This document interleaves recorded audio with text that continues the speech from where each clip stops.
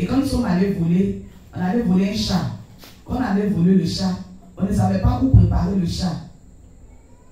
Et il y a eu vraiment des disputes dessus. Et il y a un de mes cousins, où on allait préparer, il a dit que son papa il nous a attrapés, il va nous dénoncer. Donc nous, on a fui. Il faut dire que je suis de Magui au canton Koklo en allant vers sur la route de Saint-Gamon Butumé.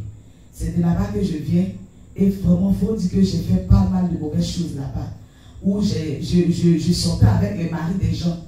Si je n'ai pas envie de sortir avec ton mari, que bon, je cause avec lui comme ça, et que tu viens me menacer, c'est fini, tu ne vas plus le voir. C'est comme, c'était un don, il se passe un esprit. Et si j'ai dit, cet homme-là, je le veux, je n'ai pas besoin de parler. Il suffit de passer une fois là. Quand je reviens, il va m'appeler. Alléluia. Je ne voulais pas, il va vous dire non, je vais le mettre dans mes livres. Non, non, non. Quand je passe une fois, deuxième fois, il va m'appeler. Et c'est comme ça que j'ai commencé à vivre cette vie de débauche. Au village, les vieilles... Excuse-moi. Tu as commis pas mal de choses, dégâts matériels là-bas, comme tu viens de le dire. Le chapitre des femmes, les hommes mariés, comme tu l'as abordé et tu dis comme ça qu'il suffit que tu passes seulement. C'est un esprit. Mais parmi toutes ces personnes que tu as eu vraiment à coucher avec elles, qui étaient mariées, quel est l'événement qui t'a beaucoup marqué et qui t'a beaucoup, depuis que tu as quitté cette vie, quand tu examines un peu, quel est l'événement avec quelqu'un avec lequel tu avais entretenu ces relations sexuelles d'adultère là, qui t'a beaucoup marqué? Ce qui m'a beaucoup marqué, il y avait un monsieur là-bas qui était marié. Bon, d'abord, lui, moi, on était ensemble, et puis je suis parti je suis retourné à Abidjan. Donc, à ma grande surprise, quand je suis revenu, il était avec une femme. Donc, puisque je ne l'avais pas laissé, quand je suis venu, j'ai repris ma place, sachant qu'il était marié, et sa femme a commencé à faire le tapage dans le village. Attends, tu sais qu'il est marié. Quand tu es venu, tu as trouvé qu'il s'est marié. Il s'est marié. Sachant qu'il est marié, toi, tu as fait quoi? Je suis retourné avec lui. Avec lui. Pourquoi maintenant? Oh, c'était un plaisir pour moi de voir quelqu'un souffrir. Vous voyez? C'était un plaisir. C'était un plaisir pour elle, pour voir, à ce temps-là, c'était un plaisir pour elle voir une personne souffrir. Quand une personne souffre, elle avait ce plaisir-là, ça lui faisait plaisir dans le cœur. Ça, c'est une inspiration démoniaque. Ce n'est pas une inspiration du Saint-Esprit. Et là, quand il était dans le monde païen, voilà ce que les démons l'inspiraient. Continue. Ce que si je vais attirer avant de continuer, je vais attirer l'attention de nos mamans, de nos parents, sur des personnes qui viennent chez vous à la maison. Celui qui m'a violé, j'ai été victime de viol 2 fois. J'ai été victime de viol à 7 ans, à 9 ans, avant que j'aie mes menstrues, j'ai été violée encore. Mais ça, c'est quelqu'un qui venait chez nous à la maison. Donc, que les parents fassent beaucoup attention aux personnes à qui ils laissent leurs enfants. Bon, c'est comment c'est passé, et puis pourquoi tu dis les parents de faire attention aux personnes à qui ils laissent leurs enfants? Qu'est-ce qui s'est passé même? Est-ce que c'est parce que tes parents t'ont abandonné dans la main, t'ont laissé avec cette personne? Qu'est-ce qui s'est passé ce jour-là? Bon, avant de répondre à la question, comme je l'ai dit que je voyais, ça me faisait plaisir de voir quand les personnes souffraient. Pourquoi? Parce que la marque du premier viol était en moi. Parce que je ne savais pas à qui parler. Et je souffrais à l'intérieur de moi, il n'y avait personne pour me défendre. Donc c'était un moyen pour moi de pouvoir me venger des personnes. Parce que j'avais mal et je n'avais personne à qui parler. Parce que j'étais enfant. À 7 ans, j'étais encore enfant. Donc je n'avais personne à qui parler. Et cette douleur est restée en moi. Donc j'ai dit que bon d'accord, si c'est comme ça, moi je vais me venger. Donc à chaque fois que quelqu'un a mal, comme j'avais mal, je suis contente. Parce que je me dis quoi? Il y a une vengeance qui a été faite. Vous avez vu? Donc, le plaisir qu'elle a pour dire, quand quelqu'un est dans la douleur, son cœur lui fait mal, elle a le plaisir là. En fait, c'est une vengeance. Oui. C'est une vengeance. Depuis qu'elle a perdu sa virginité à l'âge de 7 ans, elle a résolu de pouvoir se venger. Vous avez vu? C'est pourquoi, vraiment, il n'est pas bon que les enfants, on les laisse à des personnes qu'on ne connaît pas. Parce qu'il y a des personnes mal intentionnées qui peuvent poser un tel acte. Et à l'issue de cela, des mauvais esprits vont commencer à inspirer démoniaquement les enfants. Ça, cette vengeance-là, c'est une inspiration démoniaque. C'est, comme on l'avait vu ici dans l'enseignement, il y a les démons sexuellement transmissibles. Quand l'acte s'est posé, l'acte du viol, certainement il lui a introduit des démons. Donc la mentalité de notre soeur à ce temps-là avait changé. La vengeance a commencé à naître dans son cœur, chose qu'elle n'avait pas dans sa tête. Alléluia. Amen. Continuez. Donc la deuxième fois, ça c'était à Touba. J'étais à Touba et cette personne qui m'avait violée pour la deuxième fois, c'était un jeune qui venait à la maison. Parce qu'il faut dire que mes parents adoptés sont des hommes de Dieu. C'était pasteur en mission à Touba à cette époque-là. Et c'est comme ça que le frère en question venait à la maison. Donc on l'appelait le tonton, il faisait pratiquement tout à la maison. La seule chose qu'il ne faisait pas, il ne dormait pas à la maison. Donc par moment, l'abbé peut nous envoyer pour aller appeler le frère pour qu'il vienne manger parce qu'on lui gardait la nourriture. Et c'est comme ça que je suis partie là-bas pour aller l'appeler. J'ai passé mon envoi d'aller payer mon Kouala. Et il m'a appelé. Donc quand il m'a appelé, il m'a dit de rentrer. Quand je suis rentré, en ce moment il avait 8 ans, j'avais même 9 ans. Et il a fermé la porte. C'est comme ça qu'il m'a violé pour la deuxième fois. Il a été violé pour la deuxième fois. Vous voyez, des frères en Christ qui vivent, qui sont pris même en charge dans la cour pastorale, puisqu'on dit, va, souvent le pater l'appelle pour manger. Voyez-vous ce qui s'est passé. Des personnes qui viennent dans le Seigneur, quand ils n'ont pas la crainte de Dieu, quand ils ne sont pas délivrés, voilà ce qui peut poser comme désagrément. Cette fille, elle était en ce moment une fillette de 8 ans que le couple pastoral avait adoptée. Voilà ce qu'un frère en Christ va lui faire pour la deuxième fois. Chose qu'elle avait déjà connue dans le passé. Ce choc-là encore, la Bible elle disait qu'il y a une vengeance dans son cœur. Et voilà encore quelqu'un qui va venir pour empirer encore cette situation. Il dit qu'il est chrétien. Et voilà ce qu'il est en train de faire. Je vais interpeller tous ceux qui sont dans le christianisme, qui nous écoutent.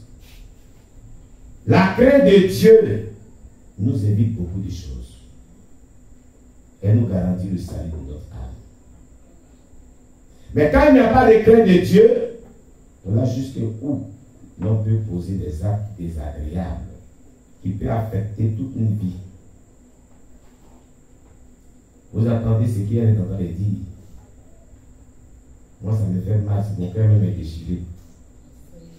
Et voilà pourquoi certaines personnes refusent de prendre les gens chez eux. Parce que tu ne sais pas qui est cette personne. Mais les ex-satanistes ont dit, avant de prendre quelqu'un avec toi, il faut connaître son identité spirituelle. Qui il est? Le pasteur Zagadou Baye Oscar a parlé de ça ici. Maman Anastasia a parlé de ça aussi ici.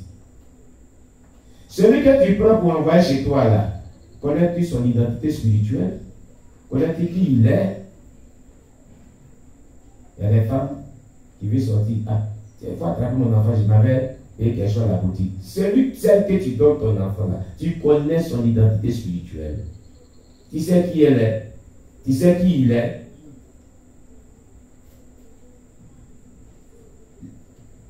Un patin, on l'a envoyé. Comme elle s'est dit, bon, c'est un frère en Christ qui vient là pour passer, et puis je vais le chercher, et puis il mange.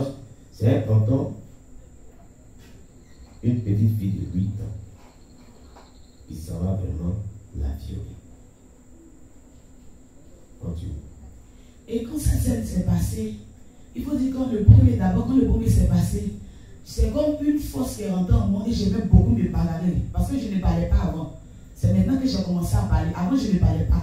Donc, je me disais que il faut résoudre tout par la force parce que j'ai été brutalisée. Donc, tout ce que je dois faire, c'est de me défendre avec la violence. Donc, j'étais avec un enfant qui se bagarrait beaucoup. Donc, quand c'est passé pour la deuxième fois, cette colère-là encore est plus montée en moi. cette colère-là s'est multipliée. Dans tout, je me battais dans tout, je faisais tout avec colère. Parce que, puisque quand je vais aller expliquer, ils vont me dire que non, toi tu aimes trop ça. Pourquoi? Parce que j'avais un répétiteur qui me frappait beaucoup. Et quand j'ai écrit, je leur ai dit que mon répétiteur me frappe. Les gens, mes parents adoptifs n'ont jamais cru à ce que je disais. Donc si je leur dis des choses qu'ils ne croient pas, pourquoi quand je vais leur dire ce qui est grave là, ils vont me croire? Donc j'ai gardé tout cela en moi. Je veux aussi interpeller là aussi les parents. Prêtez attention à tout ce que vos enfants disent. Parce que les gens ont tendance à dire que la vérité sont dans la bouche des enfants. C'est une vérité.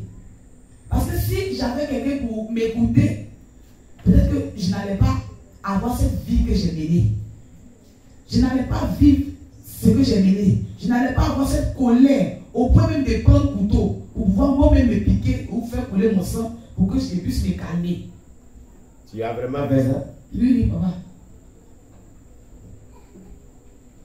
C'est-à-dire, quand tu te mets en colère, quand tu te mettais en colère, il fallait que le sang coule pour que ton cœur soit apaisé. Ou soit je pique. Ou bien tu piques une crise. Vous voyez? Tout cela est venu parce qu'elle a été violée. Les démons sont venus par là. Les démons sont venus dans son corps, dans sa vie, par ce viol, par les viols qui ont eu lieu 2 fois dans sa vie, dans son bas âge. Elle était timide. Elle n'était pas violente avant. Elle n'était pas nerveuse avant. Donc comment cette violence est venue dans sa vie? Comment la colère est venue dans sa vie? Comment ces réactions qu'elle a eues, comment des chrétiennes sont venues dans sa vie? Voilà l'origine. Pourquoi elle commence par là? Parce qu'elle était chef de gang. Chef de gang, des agresseurs, des voleurs, des drogués, des dealers de drogue. Donc, l'origine de tout ça, c'est ce qu'elle a relaté. Elle était une petite fille qui n'avait pas toutes ces choses en elle. Mais cela est venu par 2 fois, où elle a été violée par 2 fois, par 2 personnes différentes. Les démons sont sexuellement transmissibles. Quand nous le disons, les gens pensent que c'est faux. Continue. Et depuis lors, ma vie a changé. Quand à cette date-là, vraiment, les choses se sont empirées. J'ai quitté l'école à partir en classe de CE2 et je ne suis plus allée à l'école. Parce que tout m'énervait. Quand ils sont à la maison, tout m'énerve. C'est quand je suis dehors que je suis en paix. Et au dehors, c'est les palabres. On fait des groupes de palabres. On peut aller se battre dans un quartier pour voir qui est fort. On se battait avec les hommes. Et après ça, c'est là que j'ai commencé. Je suis rentré dans les histoires des cancres. Oui, les cancres. Alors, on va expliquer cancres. Cancres, il faut expliquer comme toi-même tu as fait. Bon, les cancres, c'est, comment on appelle ça même? Il y a différents noms. Je ne pense pas que je peux me rappeler parce que c'était encore. Si je peux vraiment me rappeler, il y a différents noms des cancres. Il y a soleil, il y a éclair, il y a python, il y a cobra. Maintenant, tu prends, si c'est cobra, tu écris. Tu te déchires. Et puis tu fais le signe de cobra là sur toi. Et puis tu mets, il y a des poudres que tu mets dedans. Maintenant tu fais, s'il y a pour palabre, maintenant tu fais aussi, quand des palabres là tu fais, et puis tu mets les poudres noires là dedans. Maintenant quand ça sèche, ça est là, maintenant quand tu fais palabre, là tu as force pour te battre. En fait, c'est une scarification dans le corps. C'est comme genre tatouage, mais ce n'est pas tatouage. C'est des incisions qu'on fait dans le corps. Amen. Les incisions que les gens font dans le corps, les enfants font dans le corps, des jeunes gens font dans le corps pour avoir une certaine force démoniaque pour se bagarrer. Et cela, moi-même j'ai fait ça aussi. Hein. Elle est en train de faire qu'il me rappelle de moi. Quand j'étais encore petit, je pouvais avoir l'âge de 12 ans et j'ai fait ce genre de choses. Amen. Amen. J'ai fait ce genre de choses.